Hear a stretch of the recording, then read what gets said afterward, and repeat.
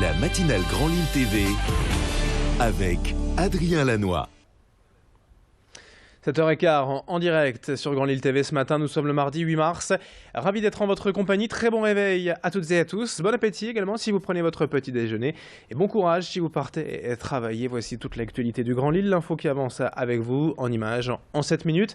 Avec tout d'abord quelques prévisions météo et surtout d'abord un risque de verglas ce matin sur les routes. Des températures proches de 0 degré ont été relevées tout à l'heure à Lille et dans la région. Attention donc à la formation de ces plaques de verglas, notamment sur le réseau secondaire. Prudence recommandée si vous devez vous déplacer ce matin. Pour le reste de la journée, le soleil sera d'abord bien présent dans la matinée. Avant le retour des nuages cet après-midi, des températures de 8 à 9 degrés. Et pour tout à l'heure, en images, justement, voici des photos de la neige tombée hier dans la région, un peu partout, quelques centimètres, qui ont rapidement recouvert le sol, mais qui ont aussi fondu presque aussi vite. Plusieurs téléspectateurs ont quand même pris le temps d'immortaliser cet instant et de nous faire parvenir ces images. La neige, c'est assez rare aujourd'hui pour être signalée, et même si ces flocons n'ont donc pas tenu bien longtemps hier matin, merci à tous ceux qui nous ont envoyé ces photos relayées ici même dans nos éditions. À la une également, ce mardi, la journée de grève nationale prévue demain et qui doit d'ailleurs démarrer dès ce soir, 19h. Dans la région, le mouvement s'annonce très suivi. 4 syndicats ont déposé un préavis pour cette journée.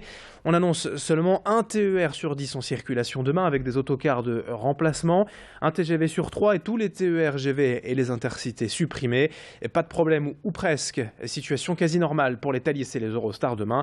Journée très compliquée quand même qui s'annonce demain dans les transports. N'hésitez pas à vous renseigner sur TER-sncf.com ou sur infoligne.com. L'actualité immanquable en ce mardi 8 mars, c'est la journée internationale des droits des femmes. Grand Lille TV s'associe évidemment à cette date en vous proposant plusieurs reportages. Ce matin, on s'intéresse à ce portrait des joueuses de football du LOSC. Comme ailleurs, leur statut est assez paradoxal, très loin des paillettes et de la médiatisation que l'on attribue au foot masculin. Ces femmes s'entraînent quand même plusieurs fois par semaine. Elles évoluent en 2e division nationale, considérées comme quasiment professionnelles du point de vue sportif. Elles doivent tout de même avoir un travail en complément. L'image du football féminin est en train de changer, notamment en France, et ces joueuses tâchent de passer outre ces disparités pour vivre au mieux leur passion et faire grandir leur club actuellement 5e du championnat.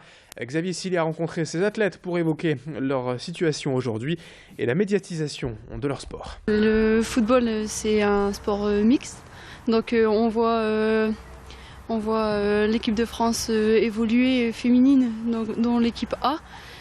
Qui passe dans les médias, etc. Donc nous, les clubs, la D1 et comme la D2, on essaye il y a de plus en plus de matchs télévisés.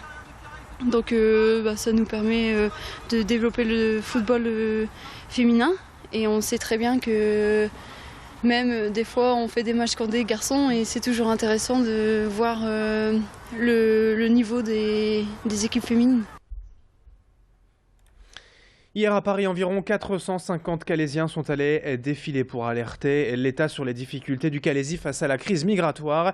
Une délégation a été reçue à l'Elysée et un soutien financier en faveur des commerçants et entreprises locales devrait être bientôt mis en place. Et puis, dans l'actualité également, en bref, on relaye de nouveau l'appel des Restos du Cœur à la recherche de bénévoles pour sa collecte alimentaire. Ce week-end, vendredi et samedi, 2 jours dans les hyper et supermarchés de la région pour récupérer denrées alimentaires et produits d'hygiène.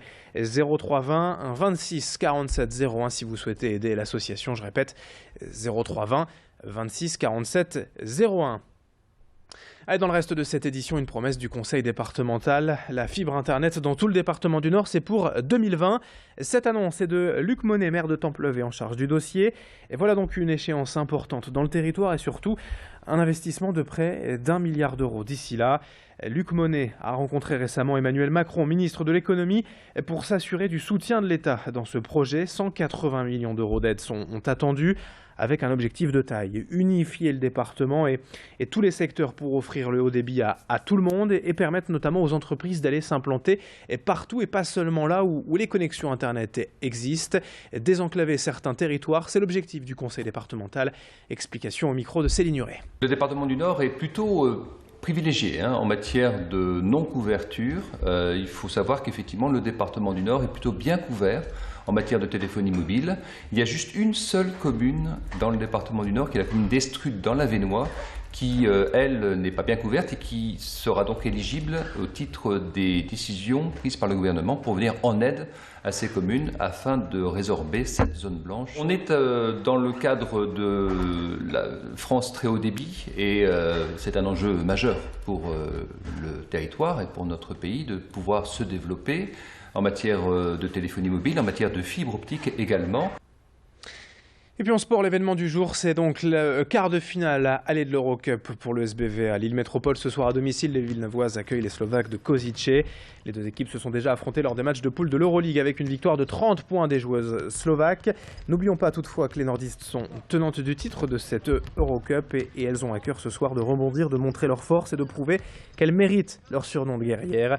Ce soir, il faut gagner avec de l'avance, surtout pour s'offrir un match retour en Slovaquie la semaine prochaine plus confortable. Robin Verrier et Maëva Lasserre sont allés hier à la rencontre de l'entraîneur Fred Duzard lors du dernier entraînement. Je pense que c'est un quart de finale très compliqué, mais c'est clair que ça fait 2 ans qu'on atteint les demi-finales. On a gagné même la compétition l'année dernière. Atteindre les demi-finales une 3e fois d'affilée, ce serait vraiment très intéressant pour le club, voire historique. Donc voilà, par contre le client en face est vraiment dur, donc ce sera le quart de finale le plus compliqué qu'on aura eu à jouer sur ces 3 dernières années. Et face à Bourges, on sort d'une demi-finale de Coupe de France qui ressemblait aussi à un match d'Euroleague, voilà, avec un match à grosse intensité, c'est ce qui va nous attendre demain. Donc le match de Bourges, c'était pour nous la meilleure préparation possible pour ce match de Košice. 7h21 en direct sur Grand Lille TV et dans un instant la suite du programme ce matin, météo et trafic à suivre.